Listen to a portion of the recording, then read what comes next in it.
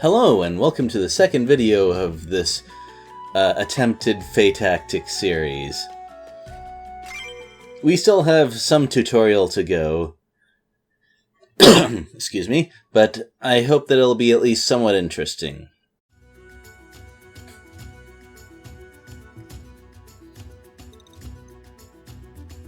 So many totems.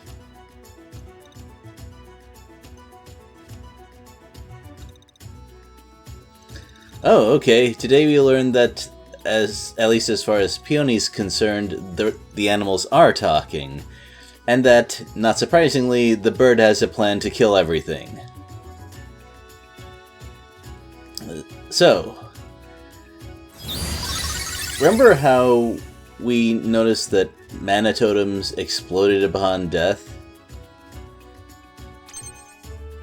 Let's see if we can make use of that. Also, our characters got a new ability. I was also examining the lightning mana totems, which I had not seen before. Anyway, all of our characters now have abilities when they just don't do anything, like no assist, no attacks, something happens. All characters in the game have this, and it is the third and usually final option for our characters. Well,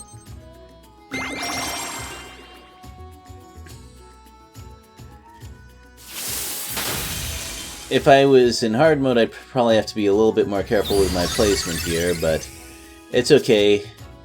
This game gave me a little bit of room for error here. Also, even though it's not required, I would like to get that extra little bit of experience for healing Chico here.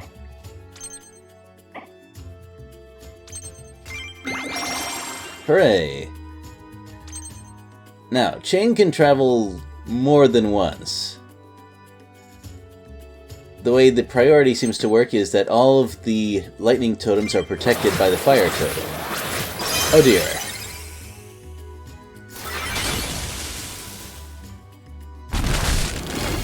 Well, that seemed to do it.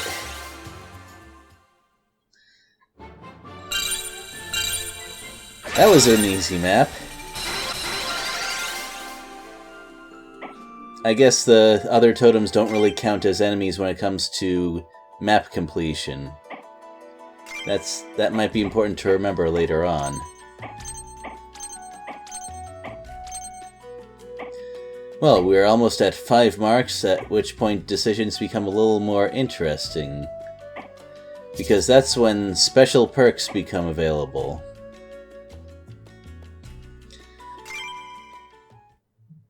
The designers worked pretty hard to make stationary skills roughly as viable as the other two skills available to a character. Now, last map was easy. This one is not so easy.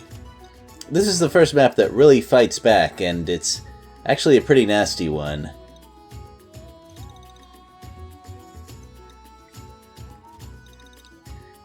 Tutorial-wise, it is our introduction to items. Both consumables that give recovery boost or other stat boosts for the duration of the map, and also, as you have no doubt noticed with the island to the lower left, treasure chests that give more lasting things. And I didn't complete this on my first try because I got quite a bit too reckless. Took the map too lightly. Which I really shouldn't do considering the game's reputation, but, well, live and learn.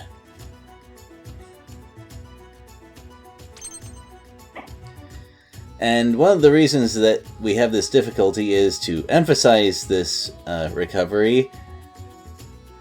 All of our characters start with 1 health and no magic barrier active.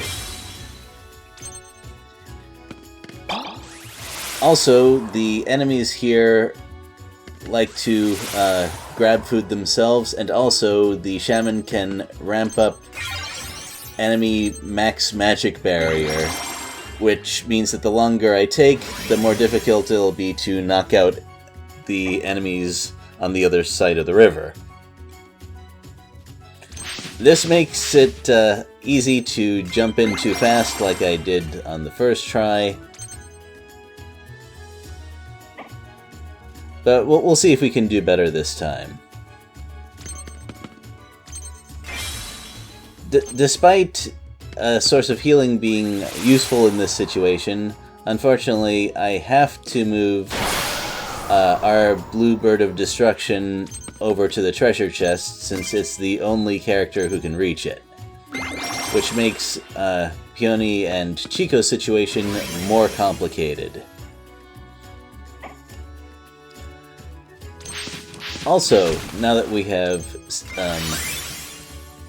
do-nothing skills, we have to be a bit more careful with Chico, because last map we demonstrated that Chico can guard any characters around it, increase its defense, and take the damage for them. However, Chico itself is not all that tanky, so we can easily get that character killed if we're not careful.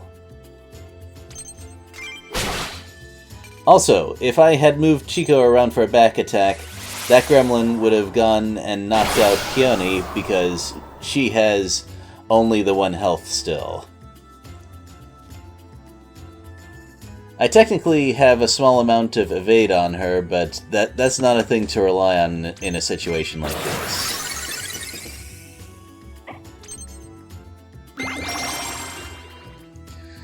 Well, the enemy is still ramping up, however,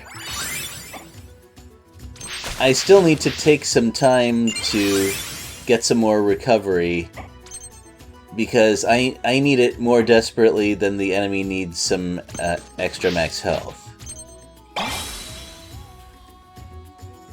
This is not going to be the first time that the game gives us an enemy setting that ramps up the longer I take to get there.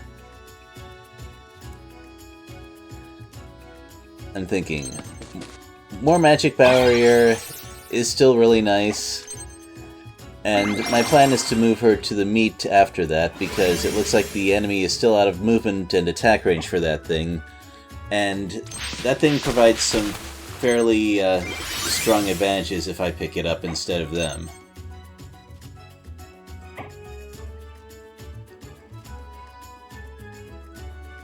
Alright, so planning out my items right now.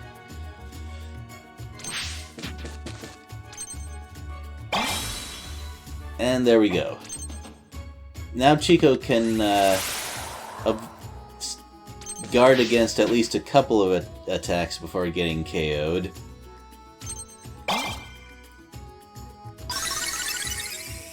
Meat doesn't recover much, but a +5 attack is pretty significant. And the nice thing about giving Chico that bit of magic barrier from the pie is that it now takes reduced damage, including while guarding for another character. Magic barrier is especially strong on Chico because it's a neutral element character, so getting hits on it is going to be pretty darn difficult. Also, this is an example of how the damage display can kind of lie. You know how it says, if I move the mouse over the enemy, it says that I'll get an instant kill? That's assuming that Pyachin was still in the water, which is out of range.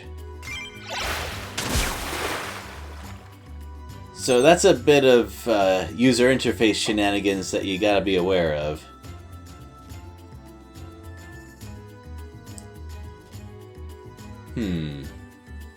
So, guard Peony or go for a kill?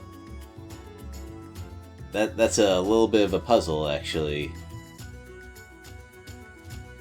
What would you do? I'd do neither of those, and go for removing some magic barrier instead. There is a reason for this, however. That's because Peony is moving next, and she has her chain ready. So I don't actually have to go and score the killing blow with Chico. Instead, I can do that. Yeah. So, in this game, Very important to plan ahead and remember all the passives that your characters have, including the melee follow-up attacks.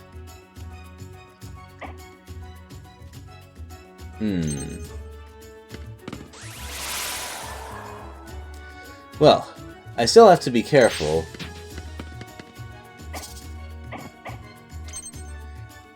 And I still have to kind of consider what future moves have in store. About how Protector works. If a character moves into the Protector radius after Chico moves, the latecomers do not actually get the benefit of protection.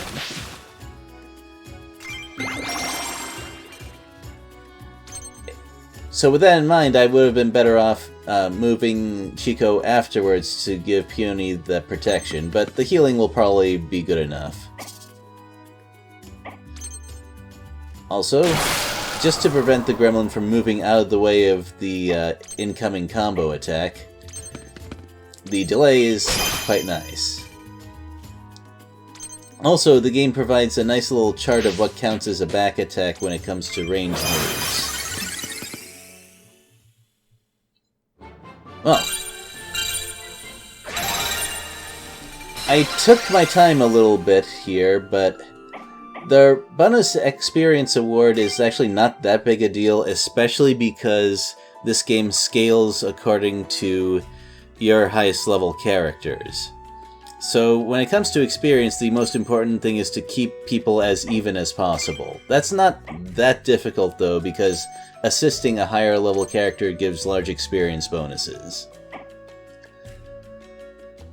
Well, I consider that the last tutorial level, because although the next level does teach a couple of new concepts, tactics-wise, it's the first map where both sides get the full set of abilities, which in my opinion makes it a real map. We'll see how that works next time. Later, everybody.